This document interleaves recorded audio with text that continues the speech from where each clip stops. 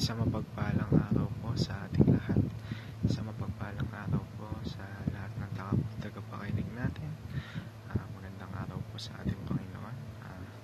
Ako nga po pala si John Robby Medina at ngayong araw po, March 15, 2025, araw ng Sabado, ay samahan po ninyo akong pag-aralan at unawain ang mga salita ng ating Panginoon.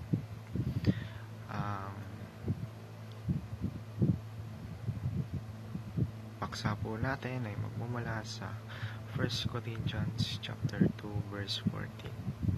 Sinasabi po dito, "The person without the Spirit does not accept the things that come from the Spirit of God, but considers them foolishness and cannot understand them because they are discerned only through the Spirit." Ang pamagat po ng ating devotion ngayong araw ay ano ang solusyon ng Diyos? Depravity. Kapag sinabi natin depravity, we lack righteousness of God. Kumbaga marami tayo sa harap ng ating Panginoon. At mapunta naman po tayo sa ating katuruan ngayong araw. Unang-una, sin affects every aspect of human nature. Yung kasalanan daw po, naapektuhan nito yung bawat aspeto ng human nature, maging yung mga relationship natin sa family natin, basta lahat ng aspeto naapektuhan siya ng kasalanan. Sa ikalawa, seeking to honor God is not natural. At ikauli, salvation is entirely a work of God's grace.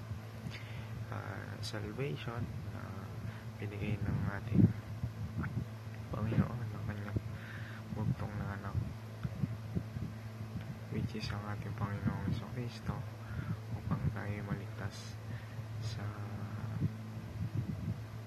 ating mga pagkakasala, upang tayo mapatawad sa ating mga pagkakasala. At para naman po sa ating applications ngayong araw, unang-una, acknowledge your need for God's grace. Kumbaga, kailangan natin talaga ng awa ng ating Panginoon. Kailangan natin ng habag ng ating Panginoon.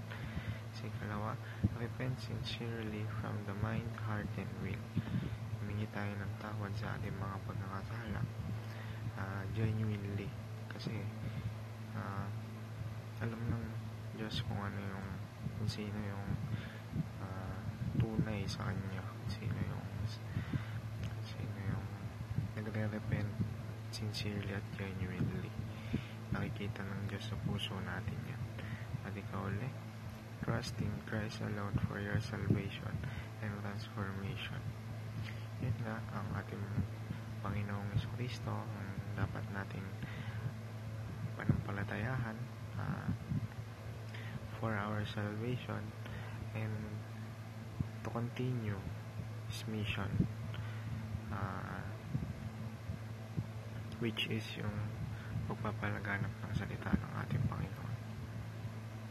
At yan lamang po para sa araw na to. Bago po natin tapusin yung ating devotion, samahan niyo po ako sa isang maikling panalangin.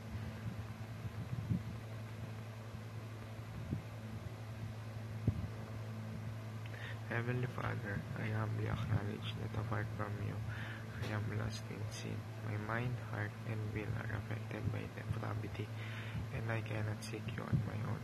But in your love, you sent Christ to rescue me. Thank you for your grace that saves, restores, and transforms. Help me to trust in you, knowing that my salvation is your work alone. Keep me from pride and self-reliance and draw me closer to you in every day.